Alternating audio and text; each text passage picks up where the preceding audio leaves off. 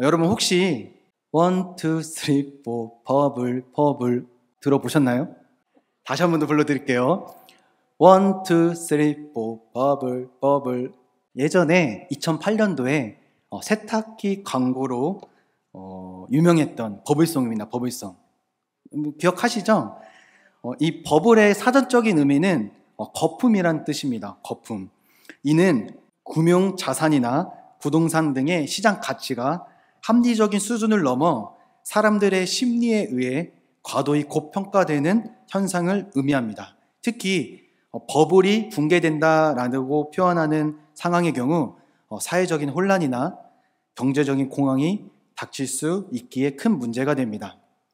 역사적으로 이 버블이라 불리는 현상은 많이 존재해 왔는데 그중 1630년대의 튤립 버블에 대해서 잠깐 이야기하려고 합니다. 튤립 버블. 이것은 17세기 네덜란드에서 벌어진 과열 투기 현상을 말합니다. 종종 이 튤립 중에 아주 희귀한 색깔을 가진 꽃이 핍니다.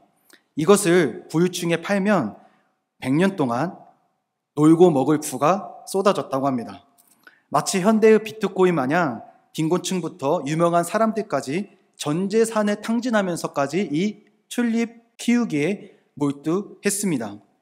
이때 이 튤립 알뿌리의 가치가 정말 상상할 수 없었는데 1636년 당시 가장 비쌌던 그 황제 튤립은 하나에 2,500빌더였다고 합니다. 금액의 가치가 상상이 안 되는데 제가 한번 이걸로 살 수 있는 것들을 제가 말씀해 드릴게요. 살찐 돼지 8마리, 살찐 황소 4마리, 살찐 양 12마리, 밀 24톤, 와인 2통, 맥주 600리터, 버터 2톤, 치즈 450kg, 은술잔 옷감 108kg, 그리고 침대 세트까지 이 모든 것을 살 수 있는 게 바로 그 황제 튤립 하나. 그런데 이 1637년 1월에 절정이었던 이 튤립 가격이 폭락하는데 시간이 얼마 걸리지 않았습니다. 4개월 만에 폭락합니다. 95%에서 99%까지 떨어지는데 1만 원 하던 것이 100원 하게 된 거죠. 이 튤립 키우기에 몰두한 사람들은 하루아침에 거지가 되어 버렸습니다. 이 사건이 역사상 최초의 거품 경제 현상이라고 사람들이 이야기합니다. 요즘도 우리 주변에 거품 현상이라는 말을 많이 하곤 합니다. 어떤 사람들은 지금 우리나라 아파트 가격이 거품이다 라고 이야기합니다. 그런데 여러분, 이 거품 현상이 꼭 경제적인 영역에서만 사용하는 것일까? 제가 말씀을 시작하며 이 거품 현상에 대해서 여러분들에게 소개한 이유가 바로 여기에 있습니다. 무슨 말이냐? 사람들에게도 이 거품 현상이라는 말을 사용할 수 있다는 겁니다. 코로나 3년을 지나면서 우리들의 믿음과 신앙에 거품이 있지 않았나 뒤돌아보게 됩니다. 여러 가지 상황과 여러 가지 환경 때문에 그런 생각들을 하게 됩니다. 우리 둘씩 한번 짝을 지어서 둘씩 한번 짝을 지어보세요. 둘씩 앞뒤도 되고 좌우도 되고 둘씩 짝을 지어서 이동까지 하시네요. 네. 둘씩 짝을 지어서 거품 없으시죠? 한번 이야기해 볼게요. 시작. 우리들의 믿음과 신앙에 거품이 있는 것은 아닌가. 왜 그러냐면 코로나 3년이라는 시간이 지나면서 교회 안에 보였던 3가지 변화 때문에 그렇습니다. 첫째, 교회 성도들의 숫자가 급격하게 감소되었습니다. 둘째, 교회에 대한 부정적인 인식이 증가되었습니다. 그리고 마지막으로는 성도들의 믿음의 변화가 생겼습니다. 현재 교회에 나타난 이 3가지 변화는 모두 믿음과 관련이 있습니다. 분명한 믿음이 없기 때문에 교회를 떠나고 믿음에 근거한 삶의 모습이 없기 때문에 교회에 대한 신뢰도가 낮아지고 믿음의 본질을 제대로 이해하지 못했기 때문에 믿음이 약해지는 겁니다. 여러분은 믿음이 무엇이라고 생각하시나요? 하나님을 믿는 사람이 살아야 할 믿음의 삶은 무엇이라고 생각하십니까?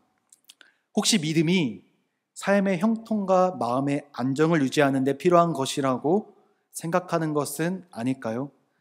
그리스도인으로 살아야 할 믿음의 삶을 의식하지 못한 채 그저 매일의 일상을 살아가고 있는 것은 아닐까요? 그로 인해 사람들이 교회를 부정적으로 바라보게 된 것은 아닐까요? 지금 우리는 믿음이 무엇인지 또한 믿음의 삶이 무엇인지 분명하게 되짚어야 합니다. 성경에는 많은 믿음의 인물들이 등장합니다. 그 가운데 특별히 아브라함은 믿음이 무엇인지 또 믿음의 삶이 무엇인지를 우리에게 잘 보여주는 인물입니다. 이번 여름 성경학교에는 이 아브라함에 대해서 이야기를 나누려고 합니다. 전통적으로 달신을 섬긴 것으로 알려진 갈대아 우르에 살고 있었던 아브라함에게 하나님의 말씀이 임했습니다. 여호와께서 아브라함에게 이르시되 너는 너의 고향과 친척과 아버지의 집을 떠나 내가 내게 보여줄 땅으로 가라. 하나님은 아브라함에게 그의 고향과 친척과 아버지의 집을 떠나라고 말씀하셨습니다. 하나님이 아브라함에게 어떤 방법으로 또는 어떻게 말씀하셨는지는 정확하게 알 수 없습니다. 그러나 아브라함에게 하나님의 말씀이 임했을 때 아브라함은 떠났습니다. 당시 아브라함의 모습이 히브리서 11장 8절에 이렇게 기록되어 있습니다. 믿음으로 말미암아 아브라함은 부르심을 받았을 때 순종하여 장래의 유업으로 받을 땅에 나아갈새 갈 바를 알지 못하고 나아갔으며. 아멘. 어디로 가야 할지 모릅니다. 어떻게 가야 할지도 모릅니다. 하지만 아브라함은 떠나요. 왜냐? 하나님을 믿었으니까요. 그곳에서 어떤 삶이 펼쳐질지 아무것도 알지 못했지만 아브라함은 떠납니다. 왜냐? 하나님을 믿었으니까요. 그 믿음이 무엇이냐? 바로 하나님만 의지하는 믿음입니다. 그 믿음이 무엇이냐? 하나님의 손을 붙잡고 그분을 따르는 믿음입니다. 아브라함이 하나님의 말씀에 순종할 수 있었던 이유는 바로 이 믿음 때문입니다. 그래서 우리는 이런 아브라함의 믿음을 보고 그를 믿음의 조상이라고 부르곤 합니다. 아브라함에게 있어서 믿음은 오직 하나님만 의지하는 것이었습니다. 이번 여름 성경학교를 통해 이 아브라함의 믿음이 우리 다음 세대 자녀들의 믿음이 되기를 소망합니다. 하나님만 신뢰하고 하나님만 의지하는 믿음이 우리 어린이들에게 있기를 간절히 소망합니다. 믿음은 다른 것을 의지하는 것이 아니라 하나님만 의지해야 한다라는 것을 우리 아이들이 깨달아야 합니다. 우리 자녀들이 살아가야 할 이 세상 정말 쉽지 않습니다. 자녀를 둔 선생님들 그리고 부모님들과 이야기를 나누다 보면 더 크게 와닿는 것 같아요. 걱정이 되죠. 어떤 상황과 환경 속에서라도 이겨냈으면 좋겠죠. 정말 잘 되었으면 하는 바람이죠. 그런데 무엇이 그걸 가능케 하냐? 저는 믿음이라고 생각합니다. 아브라함은 갈대아 우르에서 하나님의 부름을 받았을 때도 다시 한번 하란을 떠나라는 말씀을 들었을 때도 믿음으로 떠났습니다.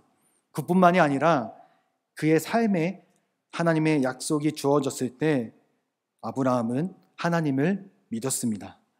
하나님의 약속이 더디 이루어지면서 때로 그 하나님의 능력을 의심하는 연약함도 보였지만 이삭을 번제물로 바치라는 그 하나님의 말씀에 순종함으로 하나님의 시험을 통과했습니다.